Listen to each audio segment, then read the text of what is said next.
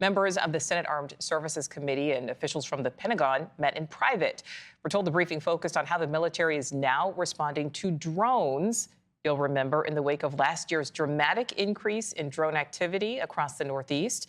NewsNation's Rich McHugh is here with more. Rich, you covered all of this from the beginning. What are you learning about today's meeting? Hi, Nicole. Well, this meeting that happened was about an hour long. It was in a shift, which is where they have these sensitive meetings. It was between the Senate Armed Services Committee and military personnel. But beyond that, we tried to get what was discussed when senators walked out. They were all very tight-lipped.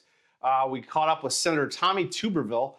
He came out. We asked him, have you learned anything from the Department of Defense about these drones in New Jersey? He downplayed it and basically said, look, what we're learning is a lot of these are local and personal drones. Take a listen.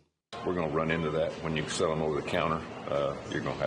You're going to continue to have problems with that. You hate to put regulations on all that, but eventually that's going to happen when you have more and more access to the bigger drones, the drones that go farther, cameras, have different things on them. You know, they can be very dangerous used as a weapon, but again, it's all about catching up with technology, and again, anything that's unmanned can be used in a lot of different ways, as we're seeing overseas.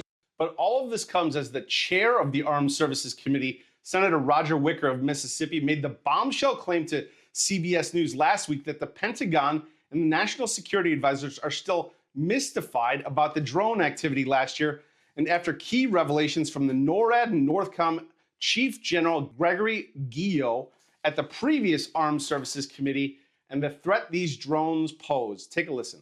Senator, the primary threat I see for them in the way they've been operating is detection and perhaps surveillance of sensitive capabilities on our installations.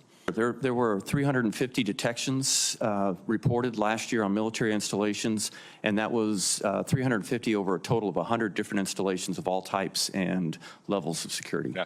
Now, if you remember, the president and his spokesperson came out in January and said these are drones. These drones were authorized by the FAA, but that appears to run contrary to everything that we just heard from those folks just now.